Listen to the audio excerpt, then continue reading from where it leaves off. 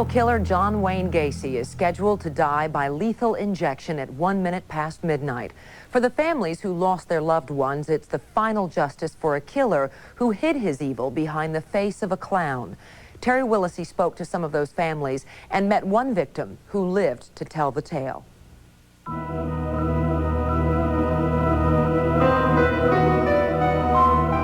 Between 1972 and 1978, building contractor John Wayne Gacy turned his home in Norwood Park, Illinois, into a morgue. After killing 33 young boys, he packed many of their bodies into a crawl space beneath his house. Most of those killed had gone to him looking for work, lured by promises of high wages. But tragically, the penalty was much higher. It came out later in the trial that my brother was digging his own grave. Under the house? Mm-hmm. Eugenia Godzick's brother Gregory was missing for 2 years before his body was recovered from Gacy's house along with 27 others. I feel that I hate him, and I think that what he did is unbelievably horrible.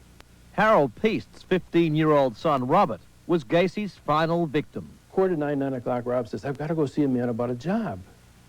And his mother says, "Okay, but don't be late." The Peasts never saw their son again. Harold, his family and friends searched for 48 hours without sleep. Then, suspecting Gacy, Harold went to his house. But the time I got over to Gacy's house, the police had already been over there, and they said, "Stay away, this is bigger than any of us could imagine." It was the search for Robert Peast that led police to discover the graveyard in the crawl space below Gacy's house. But Peast's body was not there. Sergeant David Hackmeister and Detective Bob Schultz questioned Gacy. And I said, "Well, if there are other bodies under there, why isn't Peast's body under there?" And he looked up at me and put his hand on my knee. And he said, "Bob, the crawl space is full." Gacy had first stored Robert Peast's body in the attic before dumping it in a river.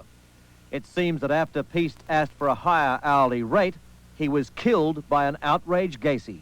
In his feeble-minded state, he considered that prostitution. I agree with that. I think that may have just been very much a title that John affixed to his victims to justify what he did. Looking back on it, I feel like I was the first intended murder victim, of John Gacy. I'm thoroughly convinced of that. He had an obsession with death and sex, and the two mixed together, it's a pretty evil brew. Don Voorhees is one of the few Gacy victims who lived to talk about it. Gacy served 14 months for sexually assaulting the then 15-year-old Voorhees in Waterloo, Iowa in 1967. That was years before Gacy began his series of killings in Illinois. I was raped psychologically, emotionally, and physically by John Gacy. And I fully believe, and looking back on it now, that he had every intention of silencing me permanently and getting a kick out of it at the same time.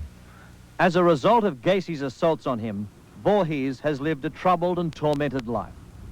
Gacy had conned the young 15-year-old with claims he was doing a sex study sponsored by the governor. Well, he just handcuffed me, and did the handcuffs behind my back. He said he wanted me to pretend that I was dead. Gacy, manager of 3 Kentucky Fried Chicken stores and a chaplain of a local community service group, had convinced most that young Voorhees had led him astray. Gacy was an incredible con man whose persuasive skills allowed him to get away with murder for a long time. When he moved to Norwood Park, Illinois, even his closest friends and this neighbor did not know what Gacy was up to. My husband had come home from work one day, and he saw John in the backyard, waist deep. And my husband says, "Hey, John, what are you doing?" But he was digging a hole in the ground? "Yes." And my husband said, "What are you doing, John? Digging a grave?" He says, "Ed, what a thing to say." And that's where one of the bodies was found, underneath the barbecue pit. Another home now stands on the Somerdale Avenue lot that once housed Gacy and his victims. That house was condemned and demolished, after the search for bodies had made it unlivable. But for the families of the victims, the death of Gacy, who's been described as a recreational killer, cannot come soon enough. And there's little sympathy. No, absolutely none. None. He didn't give the 32 boys that he killed before my son any chance to redeem themselves. That's right. He had no sympathy as he was killing everybody else. As he was committing murders, there was no sympathy for them. John Wayne Gacy is no stranger to death, but when he's wheeled into this room, it's his death he'll be facing. This is the execution chamber in the Stateville Correctional Centre. Gacy will be strapped to this gurney, and as witnesses watch from over here, 3 drugs will be fed intravenously into his arm. The first drug to flow down this tube will put him to sleep. The second will stop his breathing, and the third will stop his heart. After that, John Gacy will never kill again. I thought it was a monster. You know, he was really the lowlife of how anybody could do this for sexual preferences is beyond me. Have you thought about whether you'd like to go along and witness the execution? Yeah, I think I would. If I could be one of the 12 people that watched him, I would like to see him die. And the final word from Sergeant David Hackmeister, who was part of the police team that finally nailed America's worst serial killer. I would like to tell the world that John Gacy is a wimp, that he can hurt little kids after he's got them handcuffed, but throughout the investigation, during our surveillance, John was a big wimp, and he deserves everything he gets. Right? No remorse for John at all. Terry Willisey is on the scene outside of the prison where Gacy will be executed tonight. Terry, what's going on there now? Maureen, it's relatively quiet, but there is a very strong security presence here today and a great turn-up from the media. So far, no demonstrators, although there was a demonstration, a rally in Chicago today where people celebrated the fact that justice would finally be served in the Gacy case. Have they told you how Gacy is spending his last few hours? Yes, we know that this afternoon he will be receiving visitors. They'll be coming to say goodbye, although the way that John Gacy sees it, it's not goodbye because he's in denial. He doesn't believe that he will be executed at 1 minute past midnight. However, he has ordered his last meal, which is fried chicken, and that'll be followed by strawberries. He will then receive the last rites from a priest that he made friends with in prison. And at 1 minute past midnight, as I said, he will be executed. Okay, thanks, Terry, and you will be there through the night to bring us a full report tomorrow. Next, we'll hear the voice of John Wayne Gacy talking candidly over the phone to one of his pen pals. Don't be scared of dying, though. Who said I was scared of dying? What he says in private when the cameras aren't rolling is very different. John Johnston has exclusive audio tapes of the killer when he had his guard down. What you're about to hear is the actual voice of John Wayne Gacy, a recording made when he didn't know he was being taped.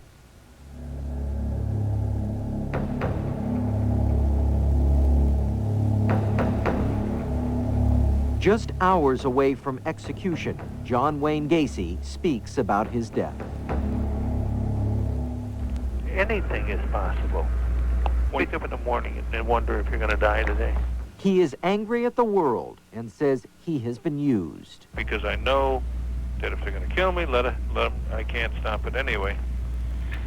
You know, and at least let me go out in peace. Instead, no, I got to put up with all the around. Everybody wants a piece of me, you know? I feel like a whore. A telephone pen pal had conversations with the madman for the last 15 months. In these exclusive audio tapes, Gacy is in complete denial that his date to meet the devil will happen. I'm a positive thinker, and I still believe that we will get a stay of execution because the truth has to come out. Even the Las Vegas odds are in my favor now. I want to know what the odds are. The odds are what is it, 7-3 that I'm not going to be executed. I would bet the house that May 10th is going to come and go. Don't be scared of dying, though. Who said I'm scared of dying? I'm scared that I can't get things done.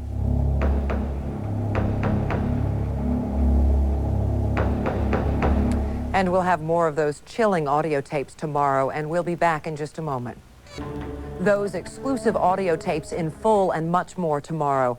That's all we have time for. We're going to leave you with more of that final interview with Brandon Lee. In childhood, you were able to relax, and you could be goofy if you wanted to, and still you had the facade of your face being covered.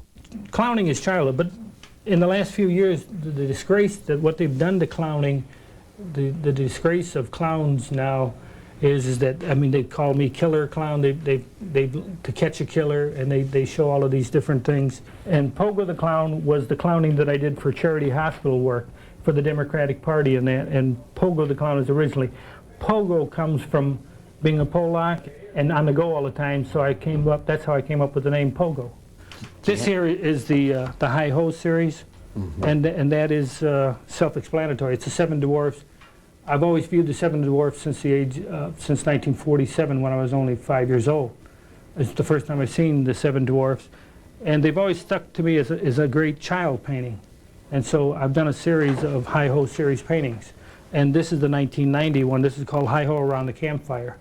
It's an original work, and what's significant is this is in my artwork, Walt Disney is a mentor for me because I've always enjoyed his creativity. And the Seven Dwarfs, if you actually look at all the faces, they represent the 7 different moods that most people can get into. Gacy has become something of a jailhouse legal expert, poring over transcripts and evidence, desperately hoping to concoct a defense. He'll tell you his case bears no similarity to those of other notorious serial killers. What do I think of Jeffrey Dahmer? I don't know the man personally, but I'll tell you this, that's a good example as to why insanity doesn't belong in the courtroom. Because if Jeffrey Dahmer doesn't meet the requirements for insanity, then I'd hate like hell to run into the guy that does. And I would not, whether it's Berkowitz, whether it's Bundy, whether it's Williams, Wayne Williams down in Atlanta, or any of the others, or Charlie Manson. See, I don't comment about other cases for the simple fact is that I wasn't there. Do you feel somewhat of a kinship with some of these people? God, I hate that when they put me in the same club with them. The biggest difference is that unlike most other members of that sickening fraternity, Gacy will die for his crimes. The death penalty should be gone. Should. Hey, Thomas Jefferson said it a long time ago, until you can show me an infallibility in our system of justice, there shall be no execution. And that's the same thing goes here. Do you realize for what it cost for a death penalty appeal that you could house a man for 50 years? I could be killed on any given day in here. You could. Yeah, but I don't fear it. If you've lived your life right, you don't have to. Good evening, I'm John Drury. And I'm Diane Burns with more of our continuing coverage of the execution of John Wayne Gacy. It is now around 11:59. The execution of John Wayne Gacy is scheduled to begin at 12:01. Members of the media have gathered from around the world at the Stateville prison. At this hour, Gacy is expected to be moved into the prison's death chamber and executed by lethal injection.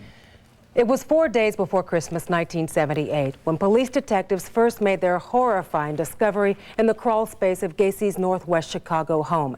And we have several reporters covering this story tonight. We begin with Channel 7's Chuck Gowdy, who's been at Stateville prison throughout Gacy's final day. Chuck? Diane, the best proof tonight that the execution of John Wayne Gacy is imminent is the fact that 25 minutes ago his team of lawyers left here. They said to go to a bar. Nothing to celebrate tonight. They've lost virtually everything. And the best proof of that, again, is that the execution is due to begin now in less than 1 minute. Here is what should be happening right now in Stateville Prison behind me. At this moment, according to execution scheduling, corrections officials are moving Gacy from this cell where he's been housed for the day. He had his last meal here, met with a priest and his relatives who showed up. Gacy, being put on a hospital gurney, was offered a sedative but apparently didn't want one. An IV needle put into one of Gacy's veins, a saline drip started for the short trip into the next room, the execution chamber.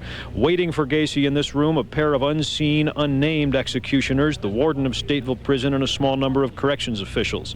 Once inside, Gacy is hooked up to the lethal injection machine. Before the 3 deadly chemicals are released by the executioners, the curtain to the witness area is pulled back. Gacy, to make a final statement, those who have heard it say it's very short.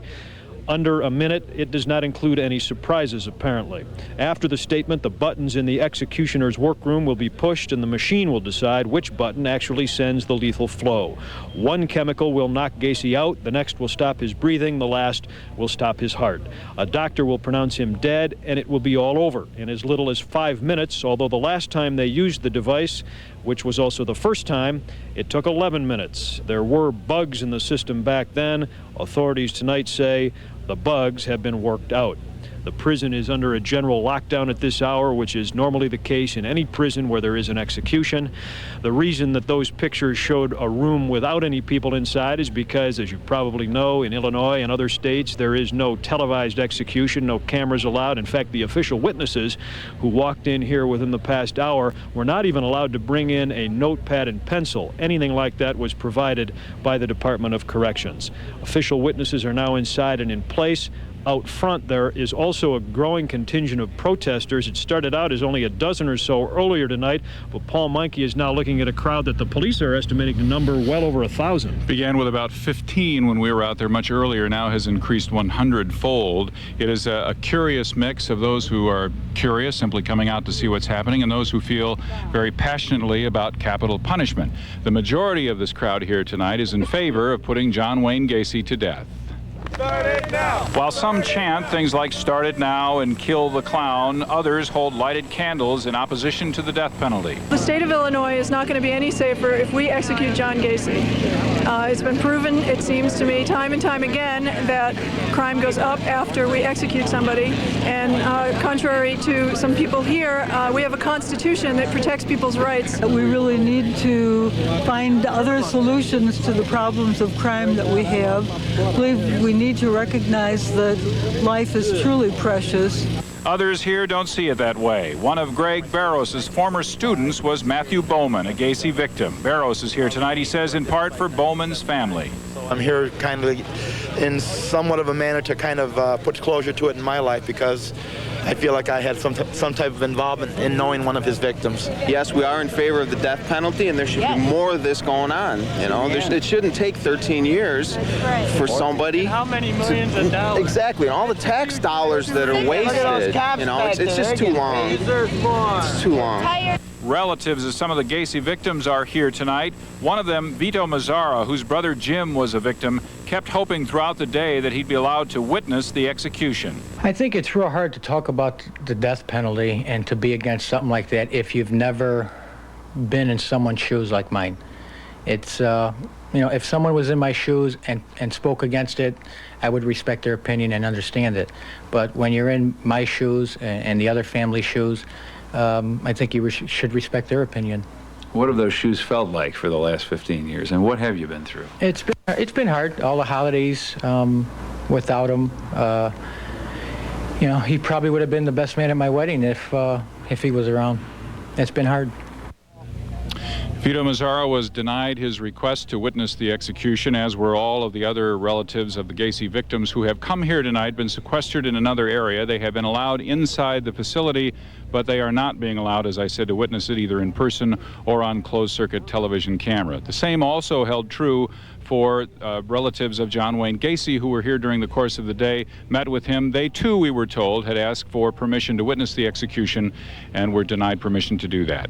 Live at Stateville, Paul Meinke, Channel 7 Eyewitness News. John and Diane. Thank you, Paul, and we'll come back to you and Chuck in just a few minutes. Well, before tonight's rejection of Gacy's appeal by the United States Supreme Court, his attorneys spent the day exhausting every legal avenue. Gacy's attorneys went to court, hoping the U.S. Court of Appeals would stop the execution. The court said no.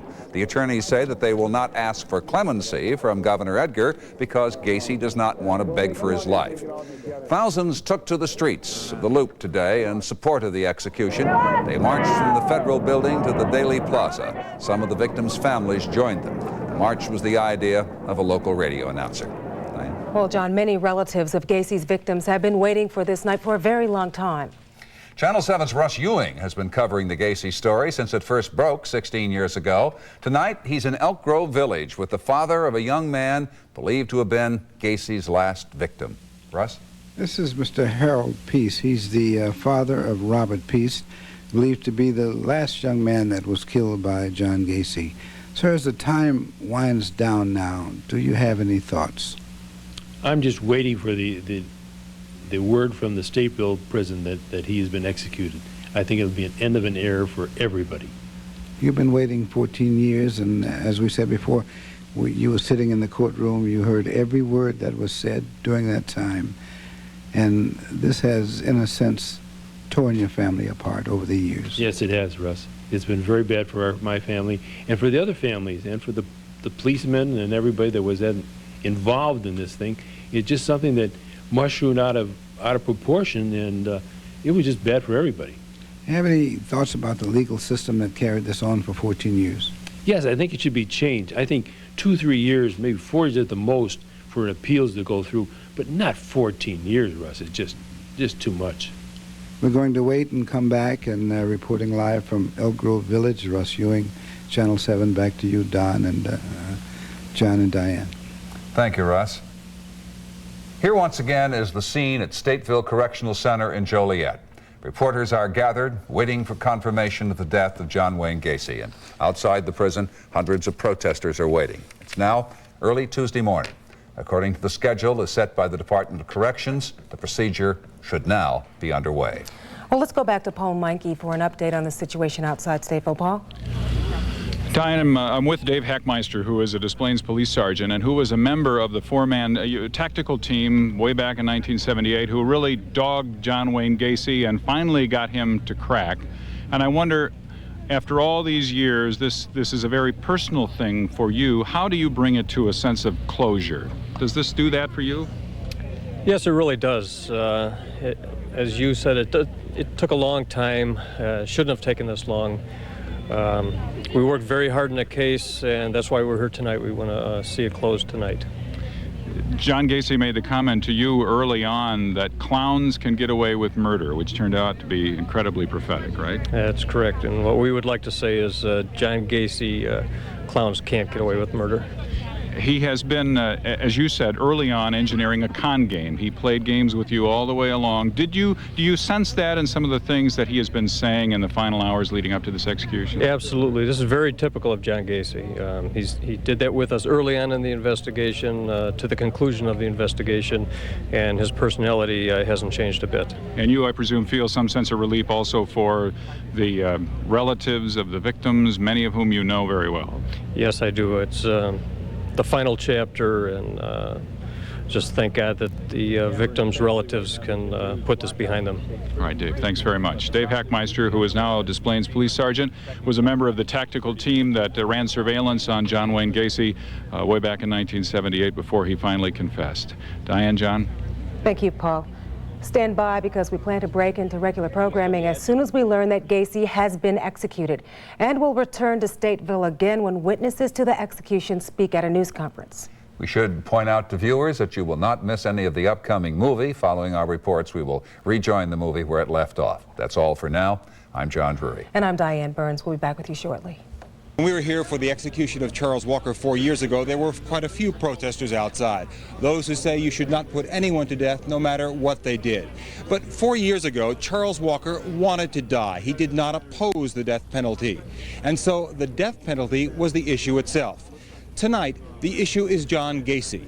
And the crowd outside of uninvited guests reflects that. I just got back from spending a few moments with them. We didn't want everybody to think that, clowns are bad. For the person that's committed crimes like these should have to pay the price. He's taken lives, he should pay with his own life.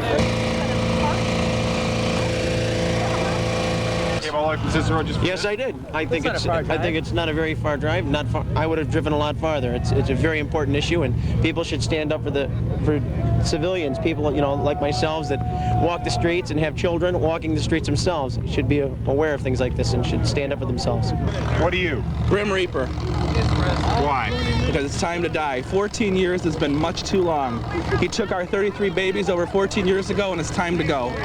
And I've been waiting for him for 14 years. He was the 34th victim.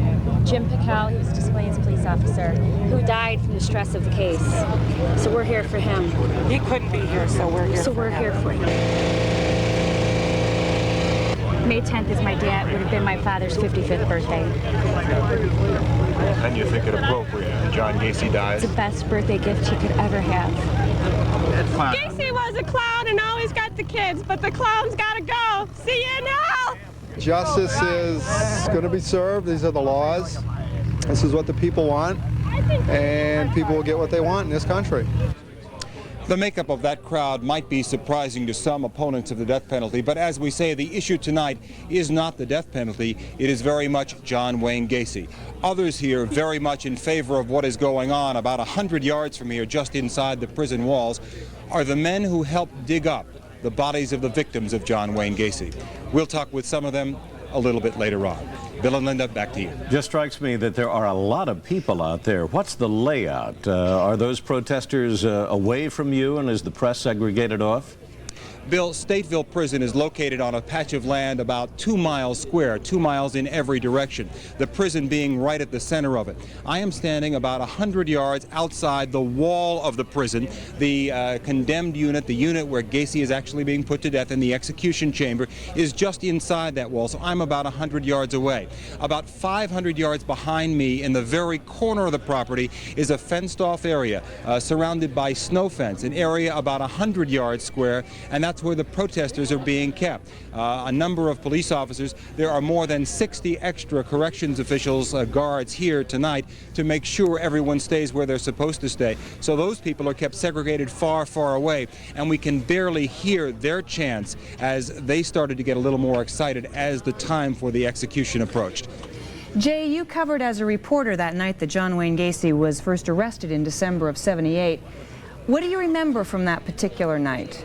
The cold, Linda, the very cold street, and standing outside a house that looked very much like any other house in the 8200 block of West Somerdale in Norwood Park Township. The town of Norwich, Norwood Park Township, it's an area which adjoins O'Hare Airport, barely 5 or 10 minutes from the airport. The house looked like any other house that night, but then they started digging up the floor. I remember when the first investigator went down, an investigator who eventually shooed me away when I came in the back door to find out what was going on. He started to dig and then came out. Coroner Robert Stein, the medical examiner at the time, came out later on and told me there are bodies down there. I said, bodies? He said, yes, bodies. I said, how many? He said, too many to count. The bodies, as you know, were piled one on top of another on top of another. And the fact that they were digging down there was the result of John Wayne Gacy himself drawing them a map of where those bodies were placed. Now, that is key evidence in the trial, is key evidence now when Gacy tries to say he had nothing to do with those murders. But the fact is, he is the one that made the map, the floor plan, which showed where the bodies were buried. And in each instance, when the investigators went down to dig, they found the bodies exactly where he said they would be. One of the frightening things about this is that it was a nondescript suburban house like any other. And Gacy himself is common looking. There's nothing frightening about him until you realize what he has done. Maybe the commonality is the most frightening thing of all.